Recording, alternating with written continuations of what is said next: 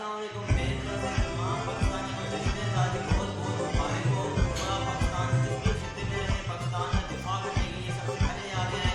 खासतौर पर तलबा और तलबात को पाकिस्तान की दिफा के लिए आगे आना चाहिए। जिस तरह से हमारे कायदे मोहम्मद अली जिन्ना रहमतुल्लाह ने फरमाया था कि आप अगर एक साथ रहेंगे, यकजा कौम होकर रहेंगे, तो कोई भी आपको किसी चीज़ में शिकस्त नहीं दे सकता।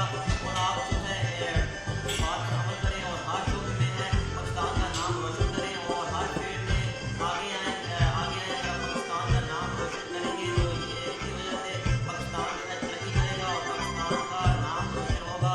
और आप सबको तमाम पाकिस्तानियों को मेरी तरफ से जश्न आज़ादी बहुत बहुत मुबारक हो। जहाँ भी रहें अपने का ख्याल रखें। अगर आप पाकिस्तान की हिस्ट्री पढ़ें तो आपको मालूम होगा कि पाकिस्तान कितनी जद्दोजहद और पाकिस्तान को कितनी स्ट्रगल पर हासिल किया गया है। तो आपको पाकिस्तान की अहमियत पता चलती है। तो जहाँ भी रहें पाकिस्तान की जो है पाकिस्तान की खिदमत करें, पाकिस्तान का नाम रोशन करें। दिल दिल पाकिस्तान, जहाँ जहाँ पाकिस्तान।